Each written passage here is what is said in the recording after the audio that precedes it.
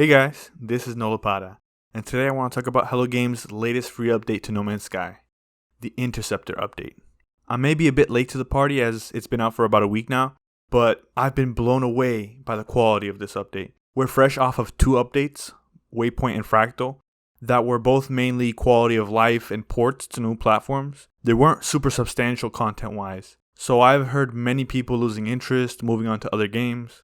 Heck, Interceptor is the first meaty content update that we've had since Endurance 9 months ago.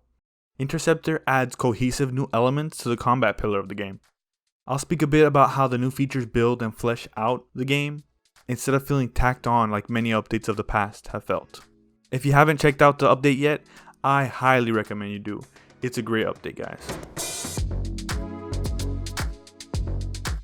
The biggest and arguably the coolest addition to this update has to be the new Sentinel ships, the namesake of this update, the Interceptors. For years we've been able to fly the Sentinel ships on PC with mods, but they were never the most detailed models, you know. They're all identical, like the Crown Vics of space. No more. It's like the Sentinel department had a budget increase and they're rocking these brand new custom rides. Holy cow, I was floored when I saw these patch notes. These are beautiful, they're detailed, and most importantly, they're procedural. So there's thousands of different combinations of colors and ship varieties and wings and animations, and this is the best type of ship we have in the game right now. Not stat-wise, but like visually speaking, it blows the other ones out of the water. Definitely a big boom to ship hunters and regular players alike. And the difference is not just cosmetic. These ships are the only ships that can do a full stop in atmosphere. You can pretty much hover. They also boast increased maneuverability and hyperdrive range as well. These ships come with their own unique Sentinel flavored tech installed, which can be charged with Sentinel related resources that are easy to get, such as the new Radiant Shards found everywhere on the new corrupted worlds, making running one as your daily driver very convenient. A nice detail that I love within this new lore of the game is within the ship hunting process, and even the ship itself. You'd think this unmanned drone ship wouldn't have any room for a pilot, right? It's just like a machine drone. But fear not, the game explains this. There are mentions of a vestigial cockpit of these crafts. Vestigial meaning leftover piece or organ.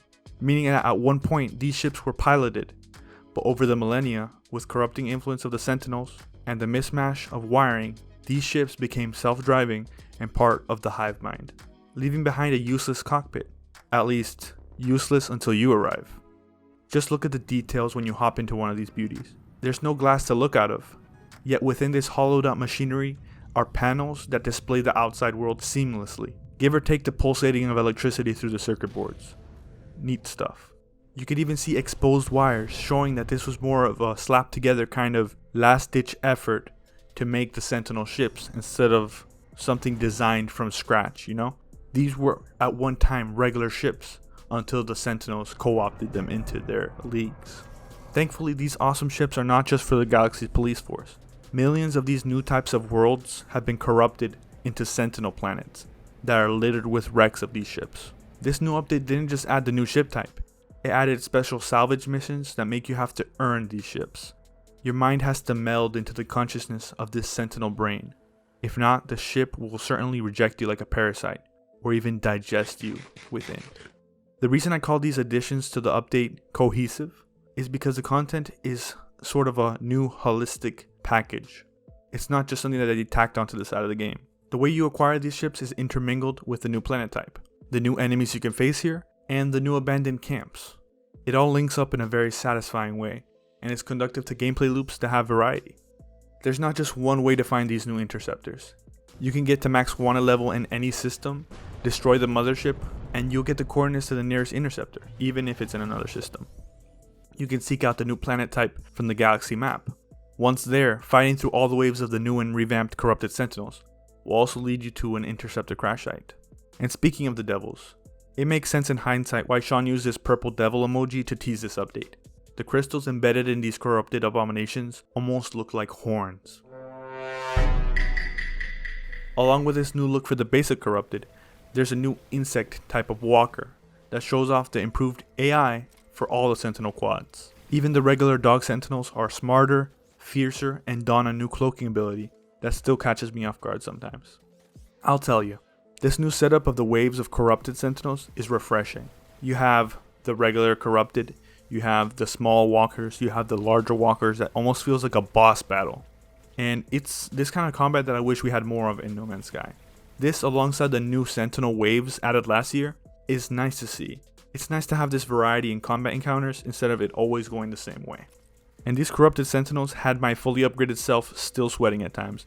It was a blast to fight them. Also new to this update are abandoned camps in this new planet type. They seem to be Sentinel camps. They tease some lore, they have a new puzzle to solve, and not only does it send you to an Interceptor site, it also lets you access the new types of multi-tool, a new jetpack, and more things. Is it just me, or do these mechanical remains look like it might be teasing a new humanoid Sentinel faction? Just saying, it would be dope. This kind of looks like a hand reaching out. I've also noticed a grand trend overall in this game. Many updates of the past year, and now this one, have been getting assets and features that have been in the game for years, some since launch, like freighters, freighter interiors, Sentinels, Sentinel ships, and methodically upgrading them not only visually, but integrating them more fully into the main gameplay experience. I, for one, love this new approach that they have been taking with these updates, not just adding settlements for the sake of settlements and abandoning them. They're getting features that already are in the game and adding new ones, but still trying to weave them together, it's not just something tacked on. It excites me to know how much more potential this game has, getting these meaty, worthwhile free updates almost 7 years after launch. It's wild to me. Many were very disappointed with the last 2 updates, and hey, to each their own. Not every update could be a banger. Many felt like Hello Games was just letting us know, hey, we're winding down. No Man's Sky updates are just going to be little bug fixes, some quality of life, that's it. No more No Man's Sky content. Maybe they were focusing on their upcoming title, people thought. One thing I take for the Interceptor update is that Hello Games is far from finished with No Man's Sky. Hell, you should see the data-mined space station designs that have been circulating. Again, with this trend of getting old assets, making them new, revamped, better than ever. We don't know this for certain, but it's likely that we'll see these new stations in a coming update. Who knows if we'll finally be able to use our station overrides for once. Fingers crossed. I would love to go into more detail about what this update brings, but I really want to get this video out ASAP because my channel's output has been dry the past couple months. I've been really busy with real life shenanigans, like getting my electrical journeyman license and all that. But I definitely want to get more videos out soon, and if Interceptor is anything to go by, this year's going to go in the books as one of the best this game has ever seen. Mark my words. Thank you so much for watching. I'll see y'all in the next one. This has been Nolo Para.